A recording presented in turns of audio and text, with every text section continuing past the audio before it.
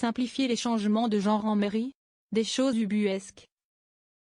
Proposé par le nouveau Front populaire, selon Emmanuel Macron, à rebours de ses positions tenues pendant la dernière présidentielle.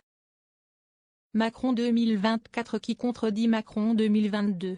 En déplacement sur l'île de Sein pour les commémorations de l'appel du 18 juin, le président de la République a vivement critiqué le programme du nouveau Front populaire.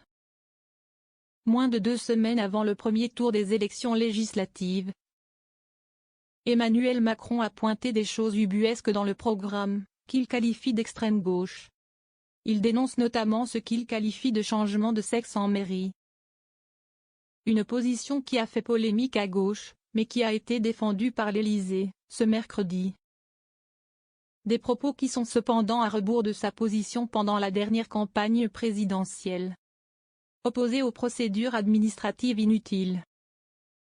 Ainsi, à 4 jours du second tour de la dernière présidentielle, qui l'oppose à Marine Le Pen, le magazine LGBT Têtu publie les réponses d'Emmanuel Macron au questionnaire, portant sur les questions LGBT+, transmis par le média. Le président y semble déterminé à lutter contre les préjugés et les discriminations envers les personnes lesbiennes, gays, bi, trans.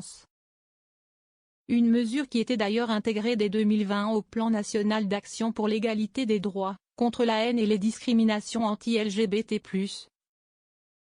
Présentée par Elisabeth Moreno, alors ministre déléguée chargée de l'égalité entre les femmes et les hommes et de la diversité. Que dit le programme du nouveau Front populaire? Cette manière de flatter les réactionnaires est insupportable, vilipende sur X la secrétaire nationale des écologistes, Marine Tondelier. L'ancien candidat LFI à la présidentielle Jean-Luc Mélenchon, dénonce lui des propos indignes. Les propos d'Emmanuel Macron ont rapidement été condamnés par l'ensemble des composantes du nouveau Front populaire, NFP, qui ont intégré cette mesure à leur programme. Elle figure au chapitre des transformations, qui donne un aperçu des mois suivant leur accession au pouvoir. Si l'alliance de gauche remporte les élections législatives, nous libérerons ainsi la vie des gens en supprimant les formalités judiciaires qui ne servent à rien. Assurait déjà le député sortant de la France insoumise, LFI, de Loire-Atlantique, Andy Kerbrat, au magazine Têtu, le 13 juin, avant la publication du programme. Crispation dans le camp présidentiel? La polémique monte également au sein du camp présidentiel. L'ancien ministre délégué au transport Clément Beaune a appelé à rejeter toute stigmatisation dans le discours politique et faire avancer les droits dans un tweet peu après la prise de parole du chef de l'État. Il ajoute qu'il s'agit d'une maladresse de la part du chef de l'État, qui n'a pas fait des questions sociétales sa priorité dans cette campagne. J'assume que ce sont des sujets sur lesquels j'étais moins sensibilisé au début de mon mandat, de 2017, que maintenant.